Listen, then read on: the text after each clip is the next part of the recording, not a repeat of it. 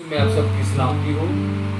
आज हम कलाम खुदा में से सीखेंगे लूका रसूल की मार्फत लिखी गई अंजील उसका 19वां बाब और उसकी पहली आयत से लेकर 9 आयत तक हम पढ़ेंगे। और यहाँ पर कुछ यूँ लिखा है, वो यरूशलेम में दाखिल होकर जा रहा था और देखो ज़कई नाम एक आदमी था जो मसूल लेने वालों का सरदार और दौलतमंद था। वो यीशु को देखने की कोशिश करता था कि कौन सा है, लेकिन भीड़ के सबब से देख ना सकता था, इसलिए कि उसका कद छोटा था। बस उसे देखने के लिए आगे दौड़कर एक गुलर के पेड़ पर चढ़ गया, क्योंकि वो उसी राह से जाने को था। जब यीशु उस जगह पहुंचा तो ऊपर निगाह करके उससे कहा, ऐसे कहीं जल्द उतरा, क्योंकि आज मुझे तेरे घर रहना जरूर है। वो जल्द उतरकर उसको खुशी से अपने घर ले गया।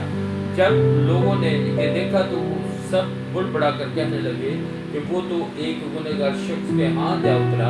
और ज़कई ने खड़े होकर खुदा से कहा, ऐ खुदा देख, मैं अपना आधा माल गरीबों को देता हूँ, और अगर किसी का कुछ नाहक ले लिया है तो उसका चौगुना अदा करता हूँ। यीशु ने उससे कहा, आज इस घर में निजात आई है, इसलिए कि ये भी इब्राहिम का बेटा है, क्योंकि इब्ने आदम कोई उनको ढूंढने और निजात देने आया है। खुदा उनके ज़िंदगी बख्श पाक कलाम के पढ़े और सुने जाने पर खुदा उनकी बरकत हो। तो मेरे अजीजों, यहाँ पर एक ज़कई नामी शख्स का एक हमने जिक्र सुना है कि जो यीशु का तलाशी था। यीशु को देखने के लिए उसके दिल में बड़ी एक हसरत थी, और वो चूँकि कद बड़ा होने के सबब से देख नहीं सकता था, सो उसने दरख्त का सहारा लिया। दरख्त के ऊपर चढ़कर उसने खुदा यीशु मसीह को देखा। और बेशक मेरे अजीजों, यीशु मसीह के जब हम तलाशी होते हैं, यीशु मसीह को देखने की आरज़ू रखते हैं, उसको पाने की आरज़ू रखते हैं, तो यकीनन मेरा और आपका यीशु, हम कहीं पर भी चढ़े हों, कहीं पर भी छुपे हों, वो हमें ढूंढ निकालता। वो उसका खास फजल हम पर होता है कि खुदा यीशु मसीह ने उसकी जुस्तजू को देखा और उससे कहा, इसके नीचे उतर आए, क्योंकि यीशु मसीह उसको जानते थे कि ये मुझे ढूंढ रहा है। तो खुदा यीशु मसीह ने कहा कि आज मुझे तेरे घर जाना है और तेरे घर जाकर खाना खाना ज़रूरी है।